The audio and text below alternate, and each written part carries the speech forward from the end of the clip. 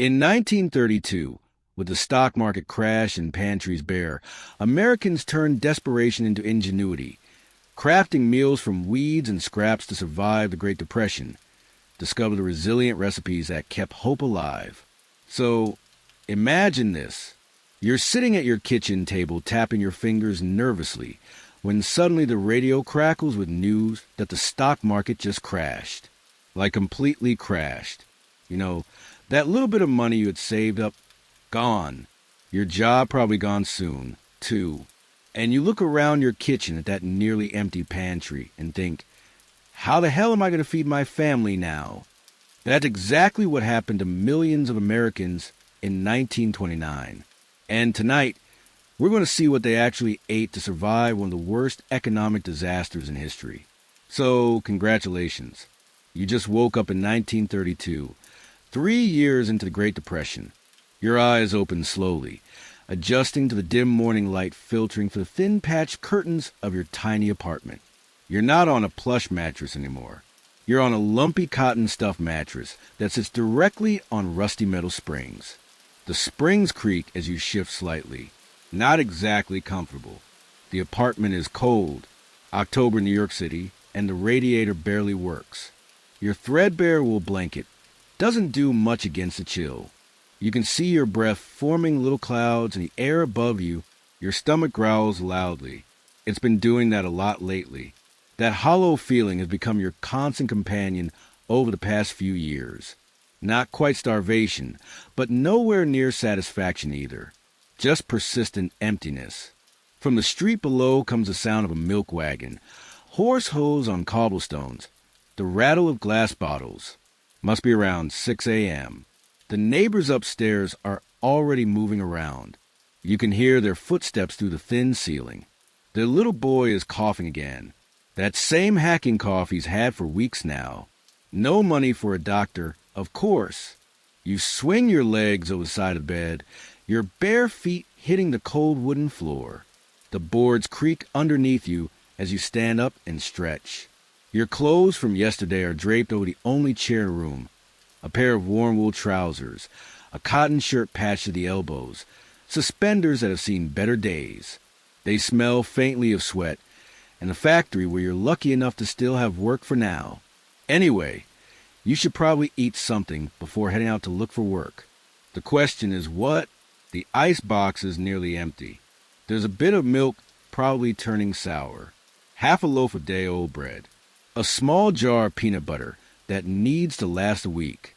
No eggs, no meat, no fresh vegetables. This is America in 1932. The land of plenty has become the land of empty stomachs and creative cooking. And you, along with about 25% of all Americans, are unemployed and desperate. It wasn't always like this. Just a few years earlier, the Roaring '20s had lived up to their name. America was prosperous. People were buying cars, radios, and washing machines. The stock market seemed like a magical money tree where anyone could get rich quick. Then came October 24th, 1929, Black Thursday, the day the stock market took a nosedive and kept falling. By 1932, the Dow Jones Industrial Average had dropped a staggering 89% from its peak. People lost everything. Banks collapsed, taking people's life savings with them. Businesses closed, jobs disappeared. And now here you are standing in your cold apartment trying to figure out how to make a meal from almost nothing. You open the cabinet and stare at what little you have. This is where the real creativity begins. This is where desperation becomes invention. Your hand hovers over the small tin of cornmeal, and next to it, that precious jar of powdered milk. You can make Milkorno, that weird gruel-like mixture of milk powder and cornmeal that scientists at Cornell University created specifically to feed people cheaply during these hard times. Not exactly delicious, but it fills the stomach and provides some nutrition. Or maybe you'll just have bread with a smear of peanut butter. You need to save some for tomorrow, though who knows when you'll have money for more. As you contemplate your meager breakfast options, you think about your neighbor, Mrs. Rossi. She's an Italian immigrant who somehow manages to feed her 6 children despite her husband losing his construction job 2 years ago. Yesterday, you saw her collecting dandelion greens from a vacant lot down the street. Good for salad, she told you with a smile. Free food right there in the dirt. Americans, they don't know. Maybe she's onto something. The thought of eating weeds feels strange, but hunger has a way of making strange things seem reasonable. You decide on the bread with a thin, very thin 4-layer of peanut butter. You cut the slice in half, saving the other half for lunch. As you chew slowly, making it last longer, you think about President Hoover. People are blaming him for depression. They're calling the shanty towns that have sprung up across the country Hoovervilles. Even the empty turned-out pockets of the unemployed have a name now. Hoover flags. You've heard that things might be changing, though. There's an election coming up in November, and the New York governor, Franklin Roosevelt, is running against Hoover. Roosevelt is promising a new deal for Americans, whatever that means. After 3 years of empty promises, you're not holding your breath. Finishing your meager breakfast, you put on your coat, once a good wool garment, now threadbare at the elbows and frayed at the cuffs. You tuck the half slice of bread with peanut butter into your pocket for lunch and head out the door. Maybe today you'll find work. Maybe today will be different. As you step out onto the street, the cold October air hits your face. The sidewalks are already busy with other men looking for work. Some are heading to the factories, hoping to be picked for a day's labor. Others are walking with that aimless shuffle of the long-term unemployed. A few have set up makeshift shoe shine stations, though who has money for shoe shine these days? The smell of cabbage soup wafts from an open window. Cabbage, cheap filling, available year-round. It's become a staple in many households. If you're lucky enough to have a bit of salt pork or a ham bone to flavor it, even better. If not, well, hot water and cabbage is still something in your stomach. You pass by a grocery store window. Inside you can see shelves with canned goods, flour, sugar, all the basics. The prices are displayed on small cards. A loaf of bread 5 cents. A pound of hamburger 12 cents. A quart of milk 10 cents. Not expensive by pre-depression standards, but with no income, it might as well be $1,000. A line has formed outside a church down the block, a soup kitchen.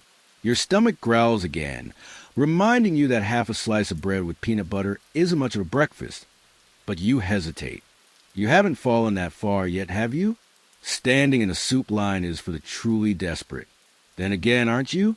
The rent is due next week, and you have exactly $2.37 to your name. You join the line. The wait is long. Men shuffle forward slowly, eyes down, shoulders hunched. There's a silent understanding among everyone here. We don't talk about this. We don't acknowledge each other. This moment of need is private, even in public. When you finally reach the front of the line, a kindly-faced nun hands you a tin bowl of soup and a chunk of bread. "God bless you," she says. You nod, not meeting her eyes, and move to a corner to eat. The soup is thin, mostly broth with a few floating vegetables and the occasional piece of mystery meat. But it's hot and it fills that empty space in your stomach. The bread is stale, but edible when dipped in the broth. You eat slowly, savoring each spoonful. Who knows when your next meal will be? As you finish, you notice a newspaper someone has left behind. The headline reads, "Roosevelt promises relief for forgotten man." Below that, a smaller headline, "White House serves simple meals in solidarity with nation's poor." You pick up the paper, curious. Apparently, Eleanor Roosevelt, the governor's wife, has been serving very basic meals at the governor's mansion. Things like deviled eggs and tomato sauce with mashed potatoes. Simple food without fancy spices or expensive ingredients. If Roosevelt wins the presidency, the article says Mrs. Roosevelt plans to continue this practice in the White House. The thought of the potential First Lady eating the same kind of plain economical food as ordinary Americans is oddly comforting. At least someone in power might understand what it's like. You fold the newspaper and tuck it into your pocket. It might come in handy later.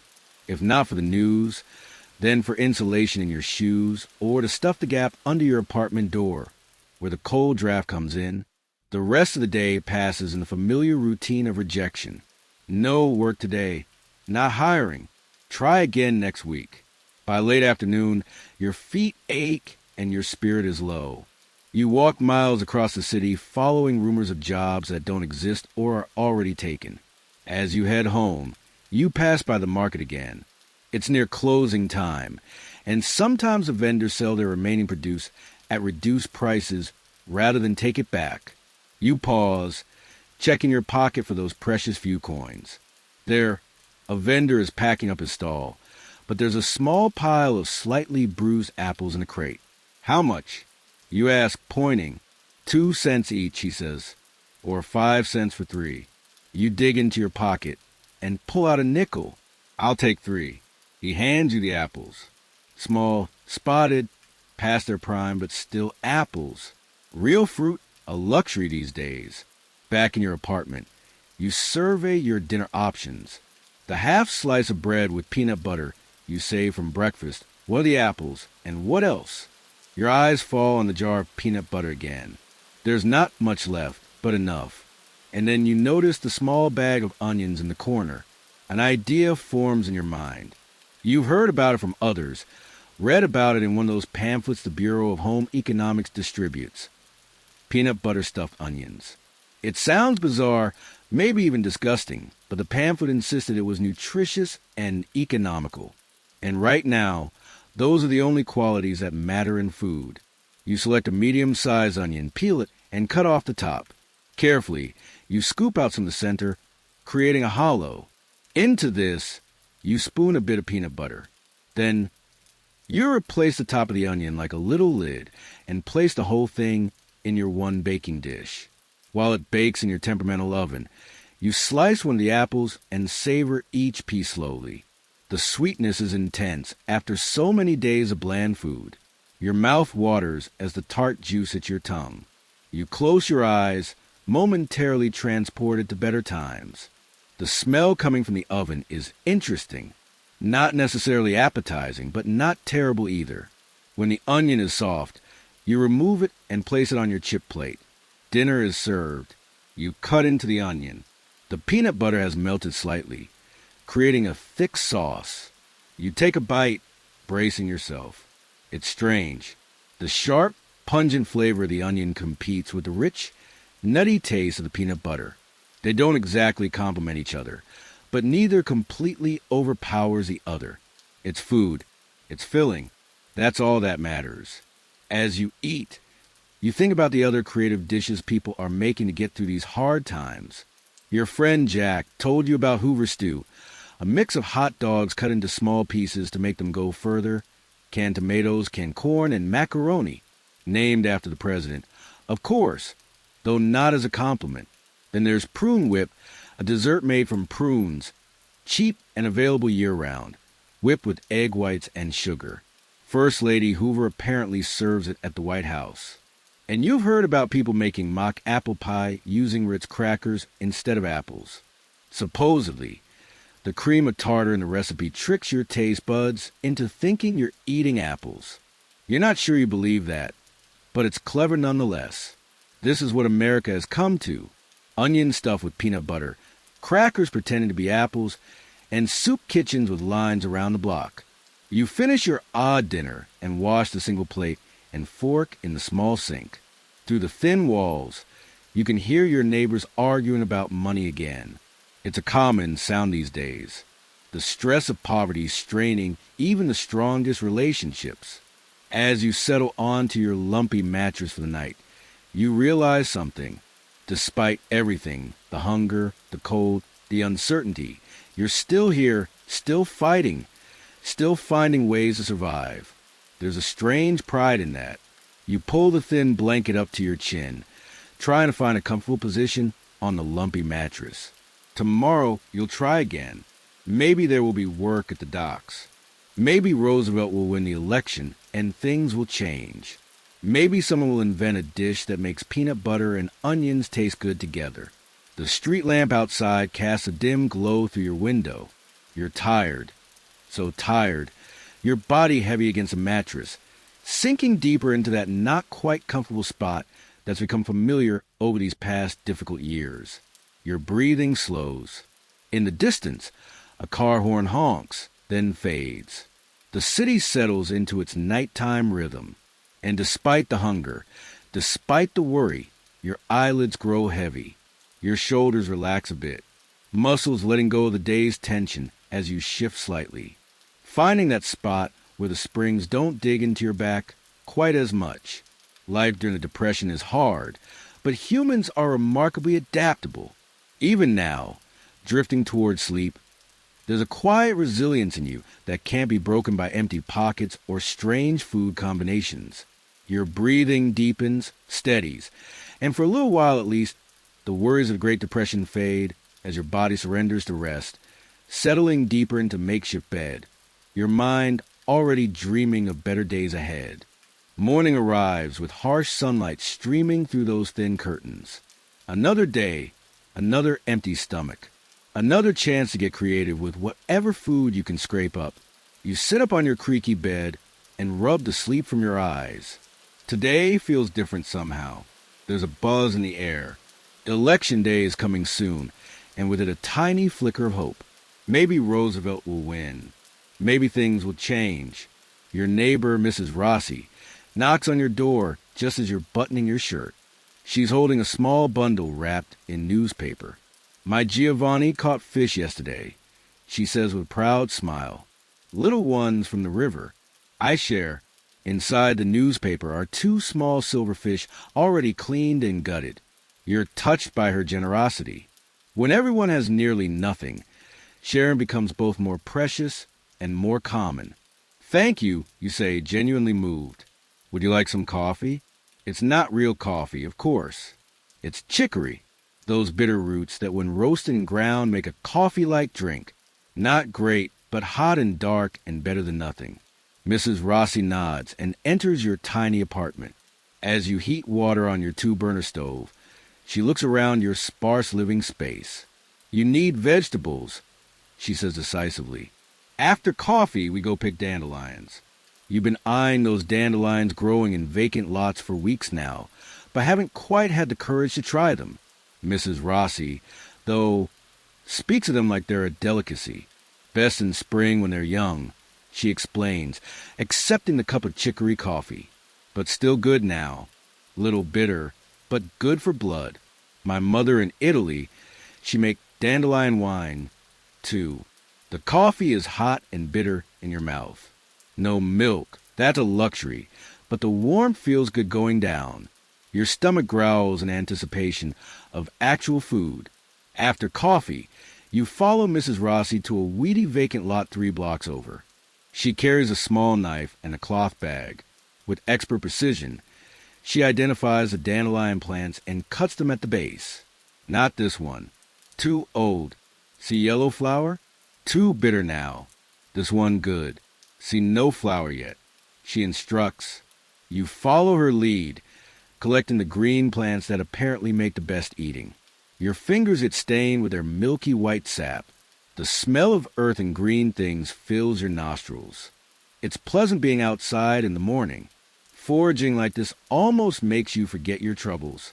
In the old country, Mrs. Rossi says as she works, we always eat from the land. Americans, they forget how they think food only comes from stores. She gives you a knowing look, but now they learn again. Back in your apartment, Mrs. Rossi shows you how to wash the dandelion greens thoroughly. Dirt, not good seasoning, she jokes. Then she tears them into smaller pieces, drizzles them with a precious bit of olive oil she's brought from her own kitchen, adds a squeeze of lemon and a sprinkle of salt. Simple, yes, but good. Full of vitamin, she says, using the Italian word. She takes a small bite, chewing thoughtfully. Little bitter, but good for you. Cleans the blood. You take a bite. The greens are indeed bitter, but not unpleasantly so. The olive oil and lemon juice help, and there's something satisfying about eating food you gathered yourself. Food that was free for the taking. growing wild in the city. Thank you, you tell Mrs. Rossi again. I wouldn't have known how to do this. She waves away your thanks. Tonight, you come to my apartment. I show you how to cook the fish. Small, yes, but with pasta and tomato is enough. After she leaves, you feel a bit lighter. The dandelion greens sit in your stomach. Not entirely filling, but better than nothing. And the promise of a real dinner tonight with the Rossi family gives you something to look forward to. You head out again, hoping for work, but also keeping your eyes open for any other free food you might forage. You've heard that some people collect nuts from city parks in the fall or pick berries in season. Urban foraging. It's becoming a necessary skill. The streets seem more alive today. Election talk is everywhere. People gather around radios and store windows, listening to news about Roosevelt and Hoover. The general feeling is that Roosevelt will win, but after years of hardship, nobody's counting on anything. Near a bakery, you pause. The smell of fresh bread makes your mouth water and your stomach growl. A small crowd is gathered at the back door, where the baker is selling day-old bread at half price. You join the line. 2 cents a loaf, the baker announces. Limit 1 per customer. You hand over 2 of your precious pennies and receive a slightly stale loaf in return. It's a good deal. Bread is a staple, and this will keep you going for a few days if you're careful. Walking on, you pass a government building where a line of people stretches around the block. They're waiting for relief checks or food assistance. The government has started some programs to help, but it's nowhere near enough. Still, something is better than nothing. You notice a woman handing out pamphlets. Curious, you take one. Economical Meals for Difficult Times. Reads the cover. It's from the Bureau of Home Economics, full of recipes and tips for stretching food budgets. Flipping through, you see recipes for cream chip beef on toast, nicknamed SOS, same old slop, or something ruder, depending on who you ask. Liver loaf and something called Milkorno, that mixture of dried milk and cornmeal you've tried before. One recipe catches your eye. Ritz mock apple pie. The instructions explain how to use Ritz crackers as a substitute for apples in a pie. Apparently, the texture of the crackers and the addition of cream of tartar and lemon juice creates something that tastes surprisingly like apple pie. Clever. You tuck the pamphlet into your pocket. Maybe there are some ideas in there you haven't tried yet. By late afternoon, you walked miles again with no luck finding work. But you managed to collect a few more dandelion greens from another vacant lot, and you found a discarded newspaper that will serve as insulation in your shoes. As promised, you head to the Rossi apartment for dinner. Their place is similar to yours. Small, sparsely furnished with the same thin walls and temperamental heating, but there are 6 children ranging from toddler to teenager, making the space feel full and alive in a way your solitary apartment never does. Mrs. Rossi is at the stove stirring a pot of tomato sauce. The small fish you gave her have been added to the sauce, along with some herbs she grows in a window box. The whole apartment smells amazing. Mr. Rossi sits at the table listening to the radio. He's been out of construction work for 2 years now, but occasionally finds odd jobs. Today, he's managed to earn 50 cents helping unload a truck. It's not much, but it's something. Come sit, Mrs. Rossi says, gesturing to the table. Food almost ready. The Rossi children crowd around the table, talking excitedly about the election and school and 100 other things. Despite their poverty, there's a warmth here, a sense of family that transcends their circumstances. Mrs. Rossi serves the pasta with tomato and fish sauce. It's a small portion for each person.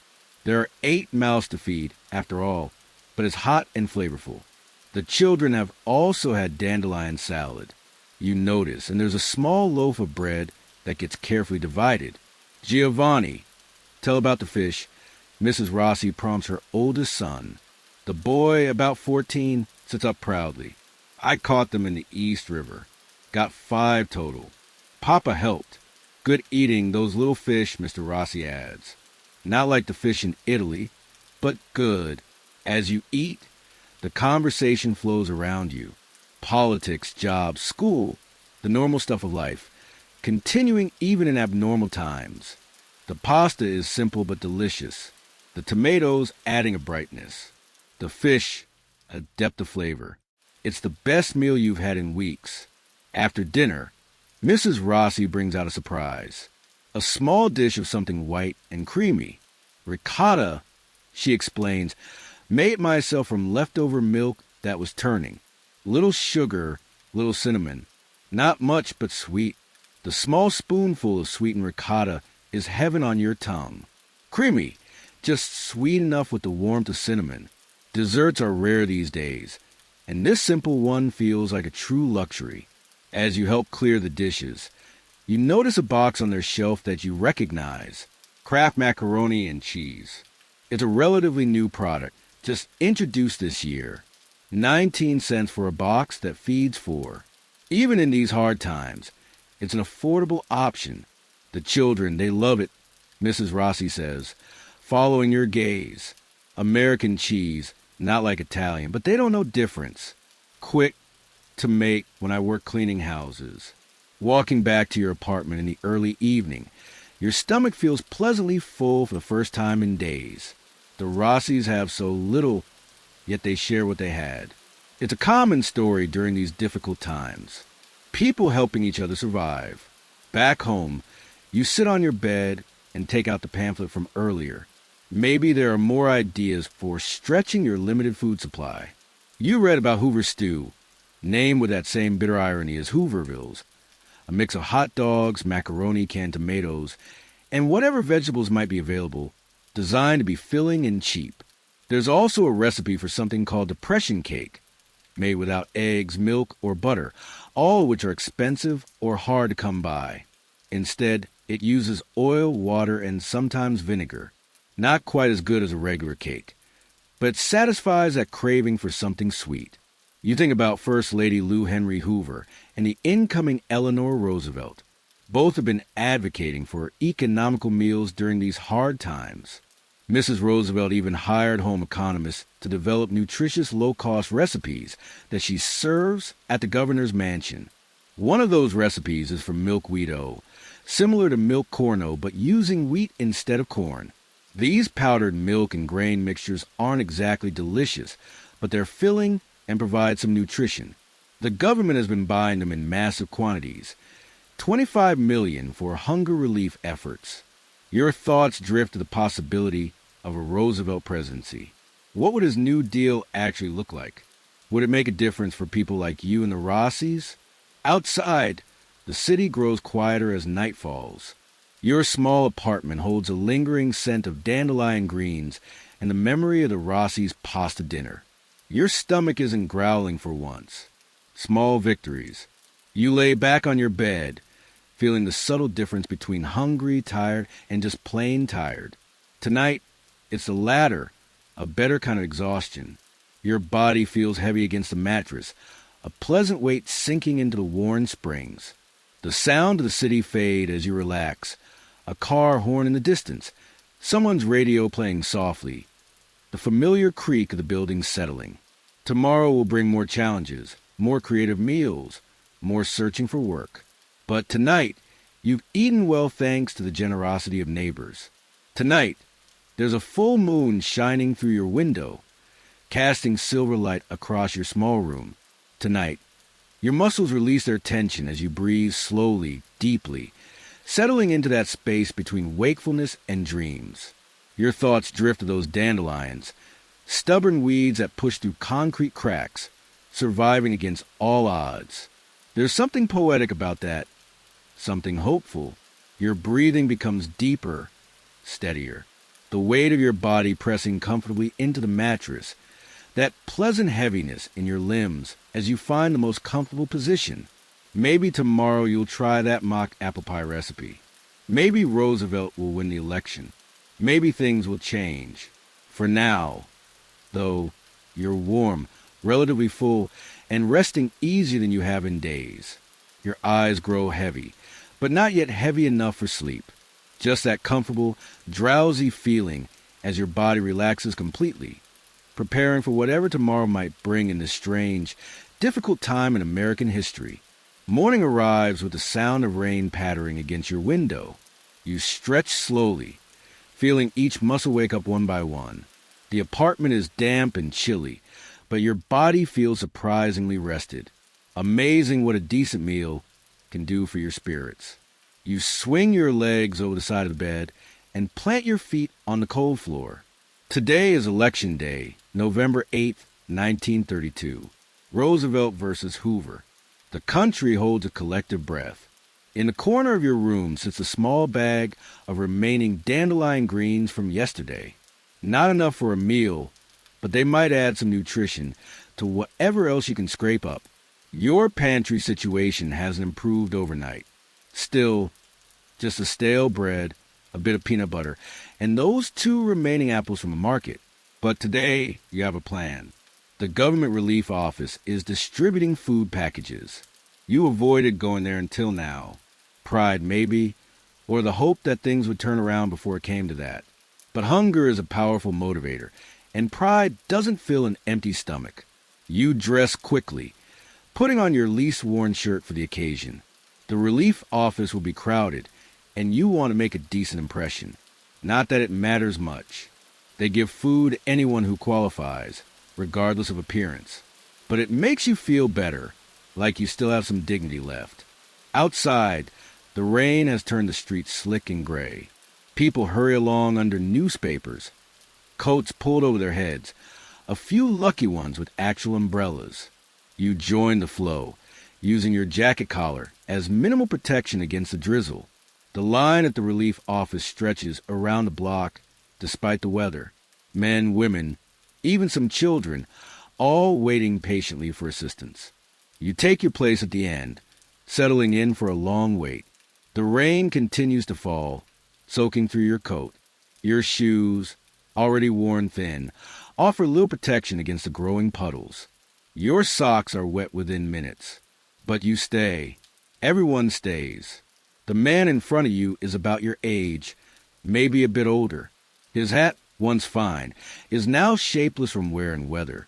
You strike up a conversation to pass the time. Think Roosevelt's got a chance? You ask. More than a chance. He replies confidently. Country's ready for change. Hoover had his shot. What kind of change, though? Roosevelt's still a rich man. Does he really understand what it's like for folks like us? The man shrugs. Maybe not personally, but his wife does from what I hear. Eleanor Roosevelt. She's been visiting coal mines, slums, relief agencies, seeing how people really live. You've read about this in the newspapers. The governor's wife isn't like most society ladies. She goes places most wealthy women wouldn't dream of visiting, talks to ordinary people, listens. Heard she's got some kind of home economics team at the governor's mansion. The man continues, developing cheap recipes for people to make during hard times. Any good ones? You ask, thinking of your nearly empty pantry. My wife tried that vinegar pie they published, he says with a small smile. Not bad, actually. Better than it sounds. Vinegar pie. The name alone makes your face scrunch up. It's one of those desperation pies, he explains. When you can't get fruit for a proper pie, you use what you've got. Vinegar gives it that tart taste like apples or lemons would. Mix it with sugar, eggs, and butter if you've got it. Bake it in a crust. It sounds bizarre, but then again, so did peanut butter stuffed onions before you tried them. And these are bizarre times. The line inches forward. After nearly 2 hours, you finally reach the door of the relief office. Inside, it's crowded but organized. Workers at tables call people forward one by one, checking their information against lists. When it's your turn, a tired-looking woman asks for your name and address. She flips through her paperwork, nods, and hands you a slip of paper. Take this to the distribution center 3 blocks east, she says mechanically. They'll give you your ration. What's in it? You can't help asking. Standard package flour, cornmeal, rice, canned goods if they have them. Maybe some powdered milk. You thank her and head back out into the rain, which is finally slowed to a light drizzle. The distribution center is a converted warehouse, and another line is formed outside it. But this one moves faster. Inside, a worker takes your slip and hands you a cardboard box in return. It's heavier than you expected, and the weight of actual food in your arms brings an unexpected lump to your throat. You swallow hard and nod your thanks. Back in your apartment, you open the box like it's Christmas morning. Inside, 5 pounds of flour, 3 pounds of cornmeal, a bag of navy beans, 2 cans of evaporated milk, a small bag of rice, a can of stewed tomatoes, a jar of peanut butter larger than your nearly empty one, and wonder wonders, a small tin of Crisco shortening. It's not fancy food, but in your hands, with some creativity, it can become meals, actual meals. You immediately think of what Mrs. Rossi might do with these ingredients. The beans and tomatoes could become a soup. The cornmeal could be made into cornbread. The flour and Crisco may be biscuits. Your stomach growls, reminding you that you haven't eaten yet today. You open a can of evaporated milk, dilute some with water according to the instructions on the label, and pour it over a small portion of cornmeal. As it cooks on your stove, it becomes a simple porridge. You add a spoonful of peanut butter for protein and flavor. The result is plain but filling. And, importantly, it's hot food on a cold, wet day. As you eat, you wonder how many other Americans are having a similar meal right now. Millions, probably. Simple food, government distributed, keeping body and soul together during this seemingly endless crisis. After eating, you feel energized enough to try something more ambitious. You've been thinking about that vinegar pie the man in line mentioned. You have flour now and Crisco for a crust. You have sugar, not much, but some. No eggs. But you've heard of recipes that work without them. And vinegar. Well, you have a bottle of that. It's cheap and keeps forever. You find a recipe in that pamphlet you picked up, modified for eggless times. Flour, Crisco, and cold water become a simple dough that you press into your one pie tin. For the filling, sugar, a bit of your precious flour, water, vinegar, and a sprinkle of cinnamon from a nearly empty tin in your cupboard. It goes into your unreliable oven, which you've managed to light despite the perpetual problem with the pilot. Now it's a waiting game, while the pie bakes. Filling your small apartment with an unexpectedly pleasant aroma, you turn on your radio to listen for election news. Polling stations are still open, but early results from eastern states are coming in. Roosevelt is leading in many places. A cautious hope spreads through you. A knock at your door interrupts the broadcast. It's Mrs. Rossi again, this time with her youngest child, a girl of about 4, holding her hand. "I smell something good," Mrs. Rossi says with a smile. "You baking?" You tell her about the relief package and the vinegar pie experiment. Her eyes light up. My grandmother in old country made something like this, but with wine, not vinegar. When no fruit, we use what we have. You invite them in. Please have company. The little girl, Sophia, is shy at first, but warms up when you show her the pie in the oven. "I bring you this," Mrs. Rossi says, handing you a small jar, dandelion jelly made from flowers in spring. Little bit left. The jelly is a clear golden color, beautiful in its simplicity. Another example of Mrs. Rossi's resourcefulness turning backyard weeds into something precious. "Thank you," you say, genuinely touched. "You've taught me so much about making do with what's available." She waves away your thanks. Is survival in Italy after war was same. You learn or you go hungry. The timer you set rings, and you pull the pie from the oven. It's golden brown and bubbling, looking remarkably like a regular fruit pie, despite containing no fruit at all. "Must cool," Mrs. Rossi advises. Then we taste. While waiting, you share your cornmeal porridge with Sophia, who eats it happily, evidently used to simple foods. Mrs. Rossi tells you more about growing up in Italy after World War I, when food shortages taught her family to use every edible plant to preserve everything possible to waste nothing.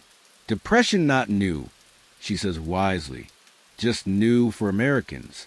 When the pie is cool enough, you cut 3 small slices. The moment of truth.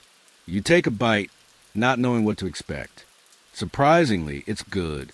Sweet with a tanginess that indeed reminds you of apple pie. The texture is different. No fruit pieces, of course, but the flavor is pleasing. Sophia eats hers enthusiastically, and Mrs. Rossi nods in approval. Good woman's pie, she declares. Clever cooking. After they leave, taking a slice of pie from Mr. Rossi, you feel a strange sense of accomplishment. You created something tasty from almost nothing. You've transformed basic relief rations into something that brought smiles to a child's face in these dark times that feels like a victory. The radio continues to bring election updates throughout the evening. Roosevelt is winning state after state. The tide has turned decisively against Hoover, it seems. By the time you prepare for bed, it's becoming clear that tomorrow America will have a new president-elect. Will it make a difference? Will Roosevelt's New Deal actually help people like you? It's impossible to know, but change is coming. And after 3 years of depression, any change feels hopeful. You wrap the remaining pie carefully, saving it for tomorrow. Your government rations, properly managed, should last a couple of weeks. The danger of immediate hunger has been temporarily averted. As you settle onto your bed, you think about the creativity born of these hard times. Dandelion greens from vacant lots. Peanut butter in unlikely places. Vinegar pretending to be fruit. Ritz crackers masquerading as apples. It's strange and wonderful the human capacity to adapt. Your thoughts turn to the women working in the Cornell University Home Economics Department, developing recipes like Milkorno to help feed hungry Americans affordably. You think of Eleanor Roosevelt insisting on serving simple meals at the governor's mansion, soon to be the White House, as a gesture of solidarity with struggling citizens. Food has always been more than just sustenance. It's community. It's sharing what little you have, like the Rossis sharing their fish. It's creativity, like turning vinegar into pie filling. It's resilience, like foraging for dandelions when the pantry is bare. Outside, the rain has stopped. A sliver of moon peeks through the parting clouds, casting a soft silver light through your window. Your body feels pleasantly heavy, sinking comfortably into the mattress that no longer seems quite so lumpy. The worries of tomorrow, finding work, stretching food supplies, paying rent, seem a little less overwhelming tonight. Your breathing slows naturally as you gaze at that moonlight, your muscles relaxing one by one. In the morning, America will likely have a new president-elect. In the morning, you'll face the continuing challenges of Depression-era life. In the morning, you'll need to be resourceful and resilient once again. But for now, your belly is relatively full. Your mind is relatively at ease. Your body settles deeper into the mattress, finding that perfect position where nothing aches and everything feels just right. The tension in your shoulders melts away as you breathe slowly in and out, savoring this moment of peace in difficult times. The weight of your body presses comfortably into the bed, and for now, that's enough. Morning comes with shouts in the street. Your eyes open to the sound of celebration. It takes you a moment to remember Election Day. Roosevelt. You sit up quickly. Too quickly. Your head spins a little as the blood rushes. Easy now. You swing your legs over the side of the bed, feet touching the cold floor. The newspapers must have early editions out with the results. You dress hurriedly, splashing cold water on your face from a basin. No time to heat water this morning. You want to know if the country really has chosen a new path. Outside, people gather around newsstands, some cheering, others looking grim. You join a cluster around a paper, boys shouting the headlines. Roosevelt wins in landslide, defeats Hoover in electoral rout. You hand over a precious penny for a paper. The headline confirms it. Franklin Delano Roosevelt is the president-elect, winning 42 of 48 states. A decisive victory, a mandate for change. People on the street are talking excitedly. What will this mean? Will the New Deal Roosevelt promised actually help ordinary people after years of Hoover's reluctance to intervene in the economy? Will a more active government make a difference? Your stomach reminds you that philosophical questions about government policy won't fill an empty belly. You head back to your apartment, newspaper tucked under your arm, thinking about breakfast. The government relief package still sits on your small table, a treasury of basic ingredients. You decide on a simple breakfast, cornmeal mush again, but this time with a spoonful of the dandelion jelly Mrs. Rossi gave you. The sweetness is a luxury, turning plain mush into something almost special. As you eat, you read the newspaper coverage of Roosevelt's victory. His acceptance speech promised a new deal for the American people. What exactly that means remains to be seen, but there's a sense of possibility that hasn't existed for years. A knock at your door interrupts your reading.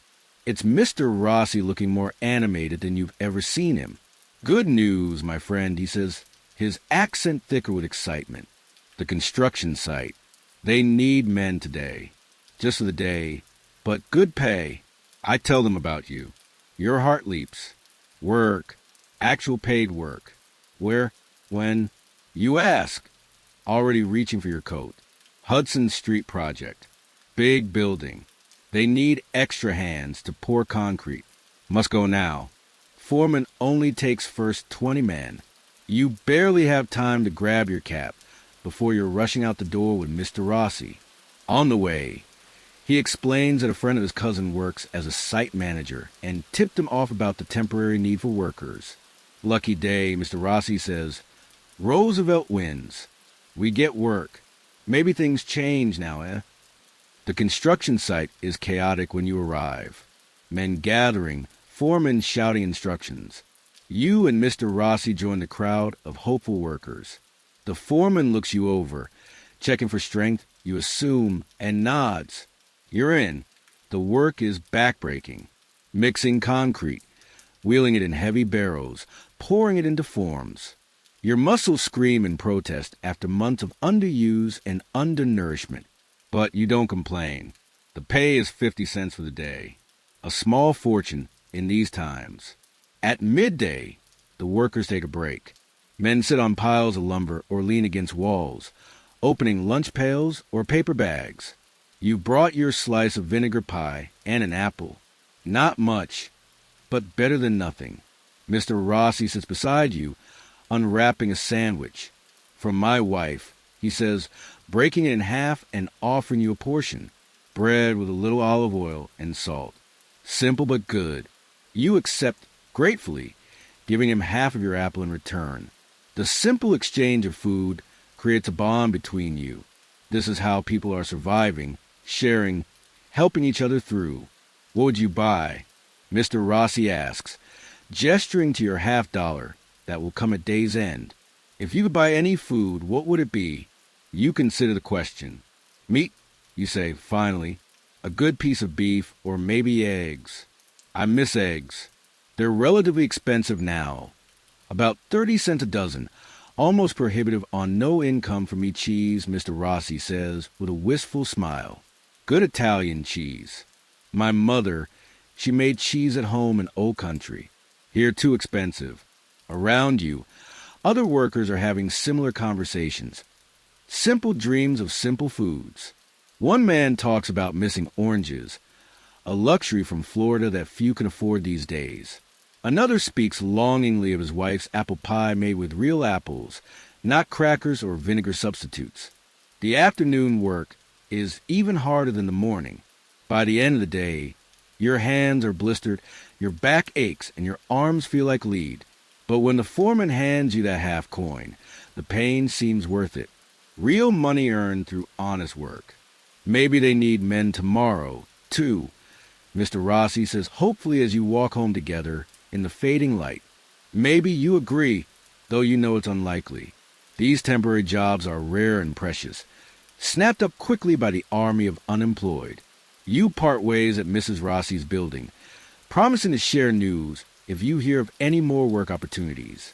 The small community of struggling neighbors has become your lifeline in these hard times.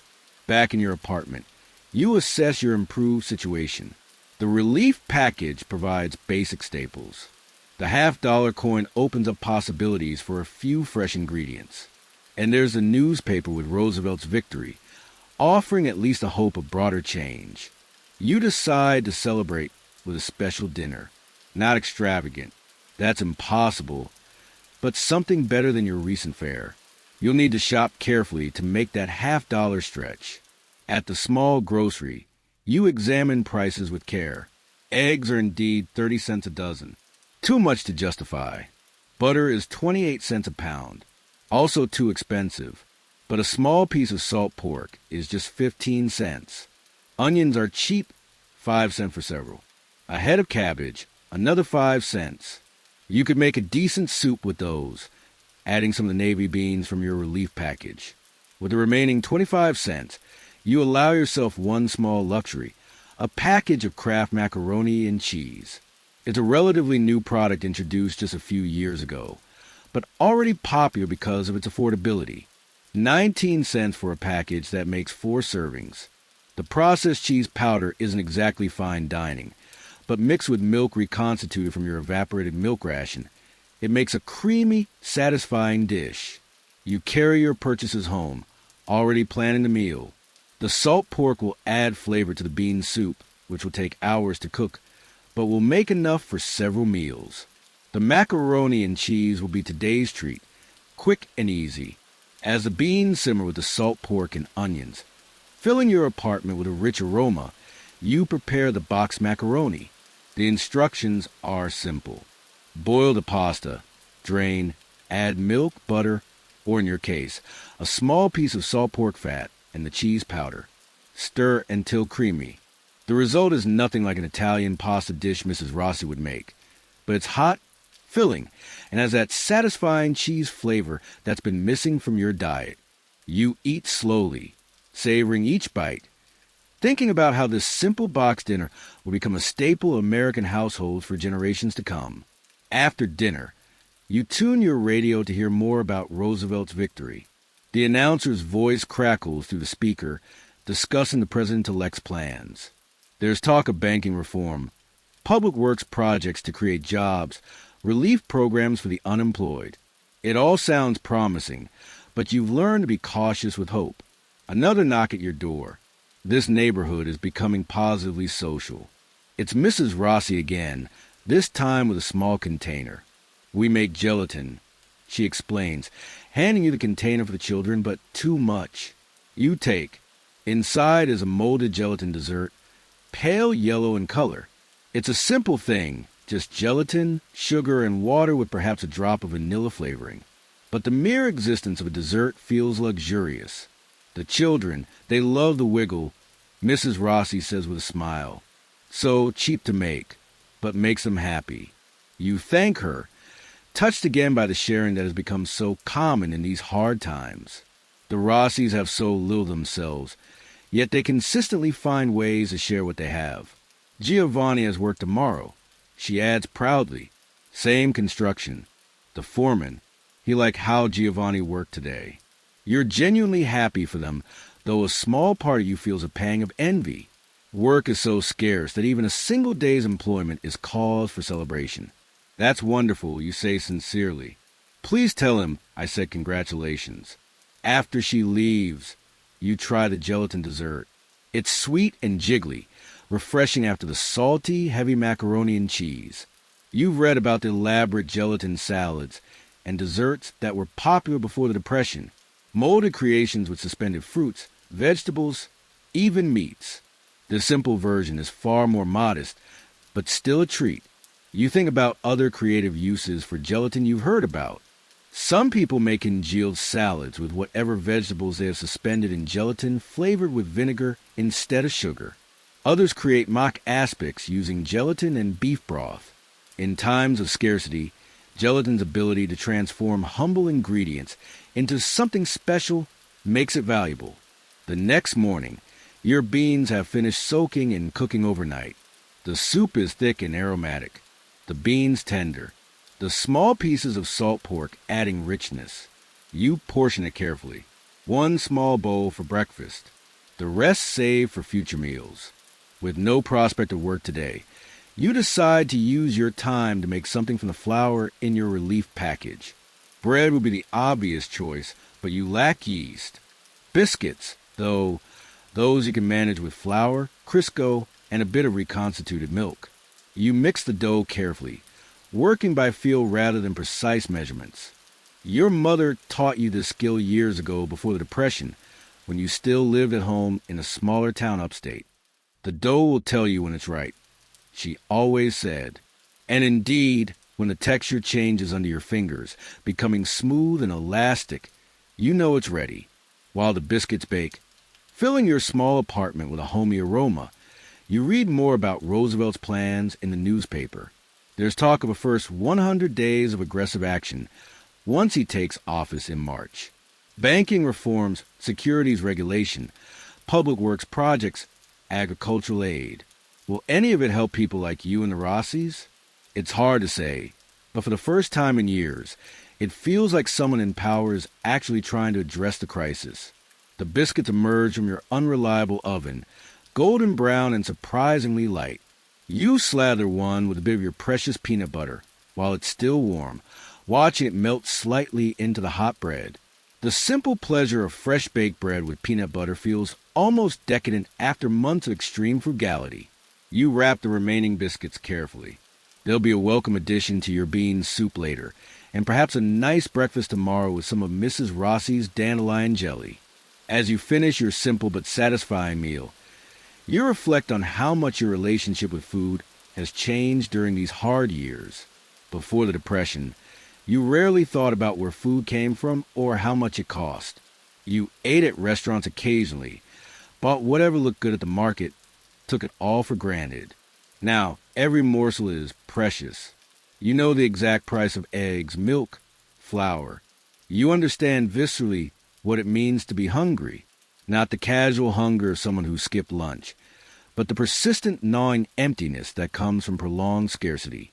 You've learned to forage for dandelions, to transform vinegar into pie filling, to stretch a small piece of salt pork into multiple meals. In a strange way, there's value in this knowledge, this return to basics. The simple pleasure of a warm biscuit is more intense when it's rare. The generosity of neighbors sharing what little they have becomes profound against a backdrop of widespread need. You think about the foods that have emerged or gained popularity during these hard times. The box Kraft dinner, the creative gelatin dishes, the mock apple pies made with crackers. Necessity breeding invention. Americans adapting, finding ways to nourish themselves and their families despite the odds. Outside, the November day is bright, but cold. You consider taking a walk, perhaps checking the bulletin board at the community center for any job listings, but your body is still sore from yesterday's construction work. Muscles protesting at the unaccustomed labor. Instead, you settle back on your bed, allowing yourself the luxury of rest. The bean soup is simmering gently on the stove, its rich aroma filling your small space. The newspaper with news of Roosevelt's victory lies folded beside you. The half-dollar coin from yesterday's work sits on your small table. Security of a sort for this moment, at least. Things don't feel quite so desperate. You have food. You have shelter. You have the prospect, however distant, of change on the horizon. Your eyes grow heavy as you lie there. The warmth of the soup-scented room, making you drowsy. Your body sinks deeper into the mattress. The familiar lumps and springs now feeling almost comfortable after months of sleeping on them. Your breathing slows naturally, muscles relaxing one by one. Tomorrow will bring its own challenges. The Depression isn't over.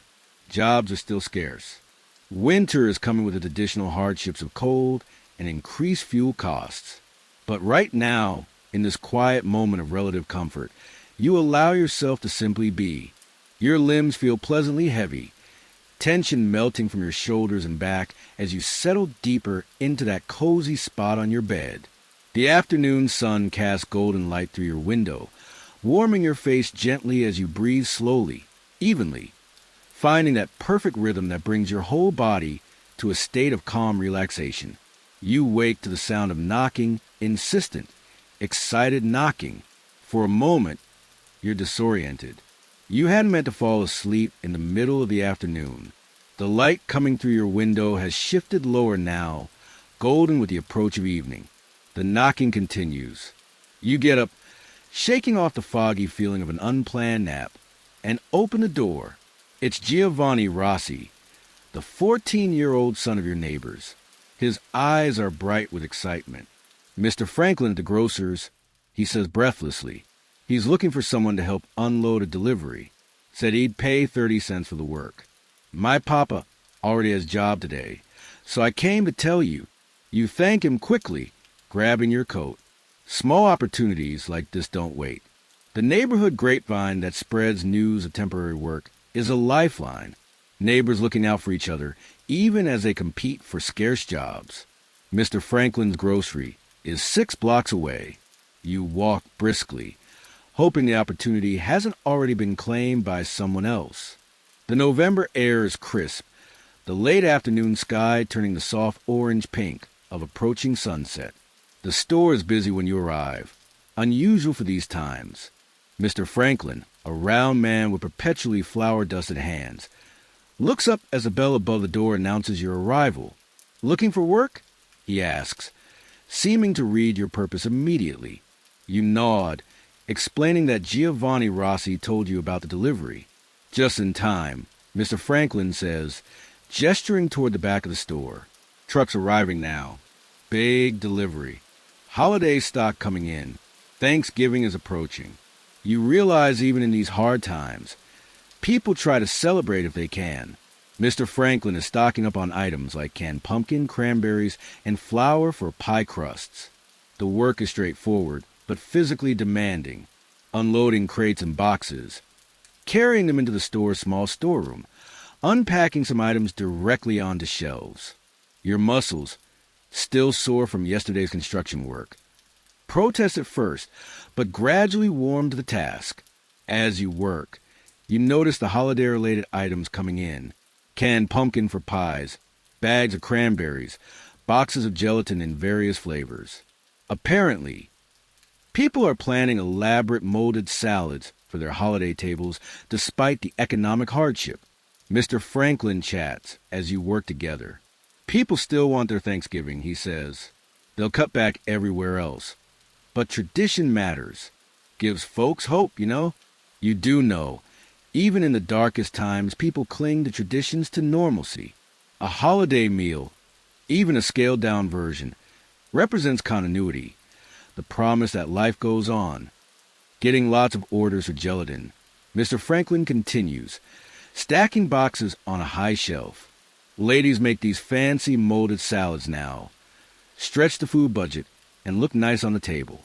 You think of Mrs. Rossi's simple gelatin dessert from yesterday. No fancy additions, just sweet, wobbly comfort. But you've seen pictures in magazines of the elaborate creations some women make.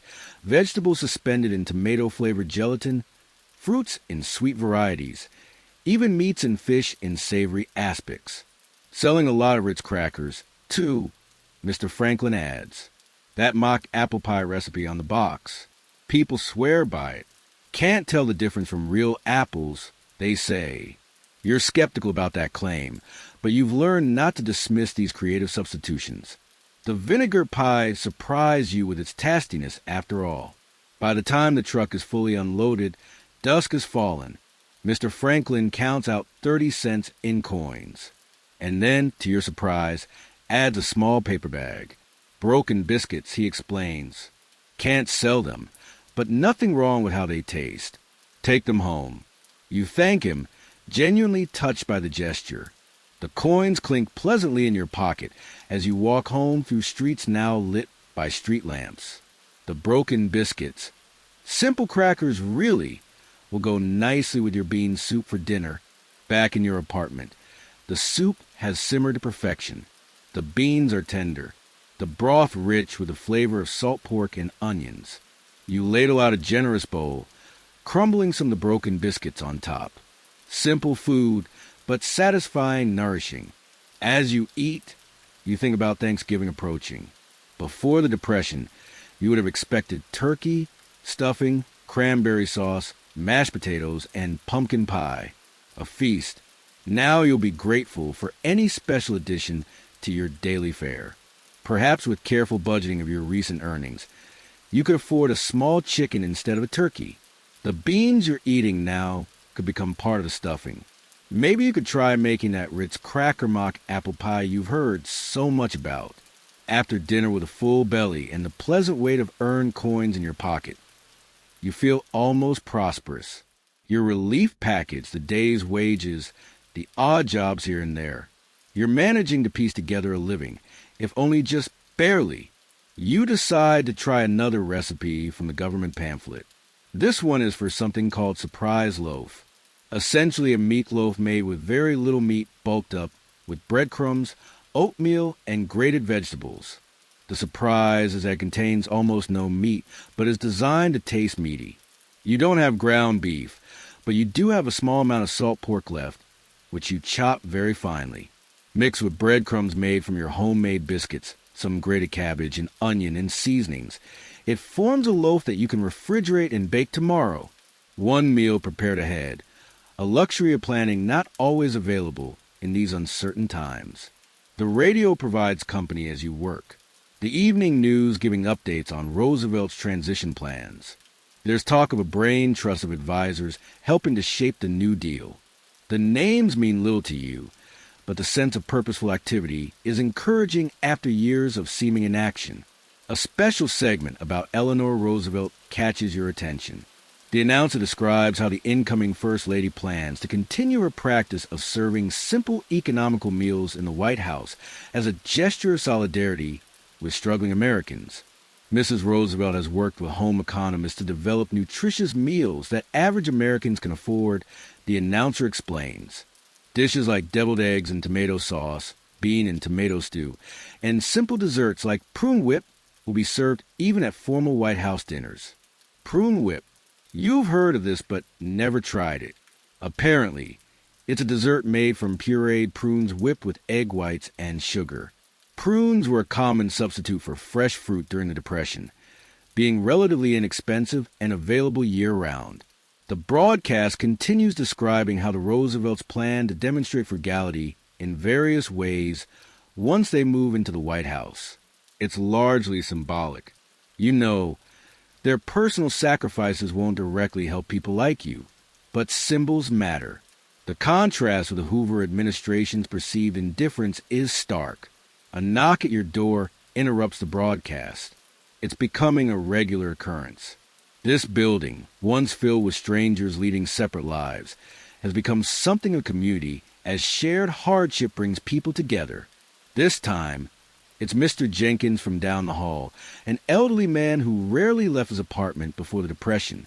Now he's part of the Neighborhood Information Network, trading news about jobs, food sources, and relief programs. Thought you want to know, he says without preamble. They're distributing surplus food at the church tomorrow. Government bought it from farmers who couldn't sell it otherwise. Heard there might be cheese, maybe butter. Cheese and butter. Both luxuries these days. What time? You ask. Early.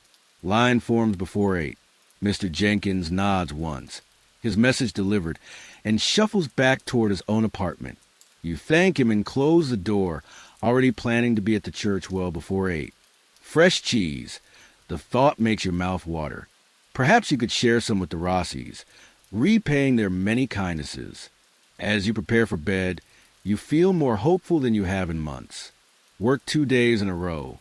Food in your cupboard. The promise of cheese tomorrow. A new president with new ideas. Small things, perhaps, but they add up to something like optimism. You wash with cold water from the basin. Heating water is an expense saved for mornings, and change into your night clothes, worn thin from years of use. The sheets on your bed are similarly threadbare, but clean, washed meticulously by hand, and hung to dry from your window. Before turning out the light, you look at the calendar. November 9th, 1932. Not yet the end of the Great Depression. That would take years more and a world war, but perhaps the beginning of the end. A turning point. You slip between the sheets, pulling the blanket up against the night chill. Your body, tired from physical labor, sinks gratefully into the mattress. The familiar lumps and springs no longer bother you much. It's amazing what you can get used to. Your mind drifts to the foods that have sustained America through these difficult years. Creative makeshift dishes born of necessity. Peanut butter stuffed onions, vinegar pie, dandelion salad, Ritz cracker mock apple pie, cream chip beef on toast, SOS as the soldiers called it during the Great War, Hoover Stew with sliced hot dogs, stretching a meal, mulligan stew gathered from whatever was available. Some of these dishes will fade away when prosperity returns. Curiosities remembered only by those who lived through hard times. Others, like Kraft macaroni and cheese, will become permanent parts of American food culture. The box dinner introduced during the Depression out of necessity will remain popular for generations to come. Comfort food with a side of nostalgia. Outside your window, the city settles into night. Fewer cars on the streets now. Occasional footsteps on the sidewalk. A distant siren. The rhythmic clickety-clack of an elevated train. Your eyelids grow heavy as you lie there, your body gradually releasing the tension of the day. First your feet, then your legs, then your back. Each part of you surrendering to gravity, sinking deeper into the mattress. Your breathing slows naturally, finding a steady, soothing rhythm. In the morning, you'll join the line at the church, hoping for cheese. You'll look for more work. You'll continue this patchwork existence, piecing together meals from government relief, odd jobs, and creative substitutions. But you're managing, surviving, and maybe, just maybe, things are starting to change. Your eyes close fully now, your consciousness beginning to drift at the edges. That pleasant heaviness spreads through your limbs, your thoughts becoming less focused, more dreamlike. The sounds of the city fade into a gentle background hum as sleep approaches. You think of Mrs. Rossi foraging for dandelions, showing you how to turn weeds into food, of Giovanni running to tell you about work at the grocery, of Mr. Jenkins sharing news about cheese distribution. In the midst of this terrible economic disaster, a different kind of wealth has emerged. The wealth of community, of people helping each other through. The Great Depression has taken much from Americans, but has given something too. Resilience, creativity, perspective. The knowledge that what truly matters isn't stock portfolios or luxury goods, but having enough food on the table, a roof overhead, neighbors who care. Your breathing deepens further. Your body completely relaxed now. The weight of your limbs seems to increase pleasantly, pressing you down into the mattress. Each breath comes slower, easier than the last. You're in that sweet space between wakefulness and sleep, where worries dissolve and peace settles in. Tomorrow's concerns, finding work, stretching food, paying rent, seem distant now. Problems for another time. For this moment, you're safe, relatively fed, and resting. That's enough. The room fades around you as sleep draws closer. The gentle weight of the blanket feels comforting, a protective layer between you and the world. Your muscles have fully surrendered now. Every last bit of tension melted away. Each breath feels like it's carrying you deeper, deeper into that perfect stillness. Your mind makes one last coherent thought before slipping into dreams. This too shall pass. The depression, like all things, will eventually end. America will rebuild. Jobs will return. Pantries will fill again with more than government relief packages. And when that day comes, when prosperity returns, you'll remember these strange creative foods that kept body and soul together during the lean years. The dandelion salads, the peanut butter stuffed onions, the Ritz cracker mock apple pies, the prune whip and gelatin molds, and endless variations of beans. You'll remember and perhaps even occasionally make these dishes again, not from necessity, but from a desire to remember what you lived through, to honor the resilience, to taste the past. But that's for later. For now, sleep beckons irresistibly. Your breathing has found that perfect slow rhythm that signals the approach of dreams. Your body feels wonderfully heavy, sinking ever deeper into the mattress, every muscle completely at ease. The busy thoughts of your waking mind have quieted to a gentle murmur, then to silence.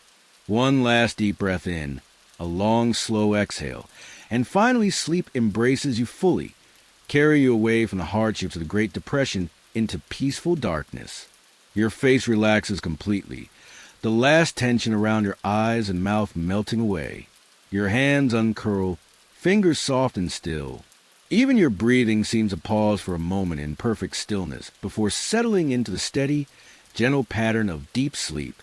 You drift now, far from worries about strange foods and empty pockets, far from the challenges that tomorrow will bring.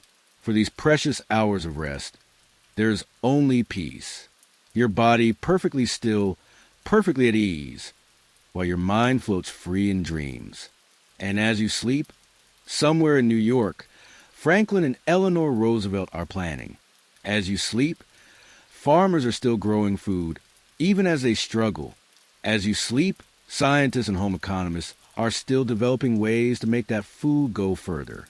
As you sleep, America endures battered but unbroken, learning the hard lessons of these difficult years. The Great Depression has changed how Americans eat, how they shop, how they think about food. Some of these changes will be temporary adaptations to extreme circumstances. Others will become permanent parts of American culture, lasting long after the economic crisis ends. But that's all for another day. For now, there's only this perfect stillness, this complete surrender to sleep.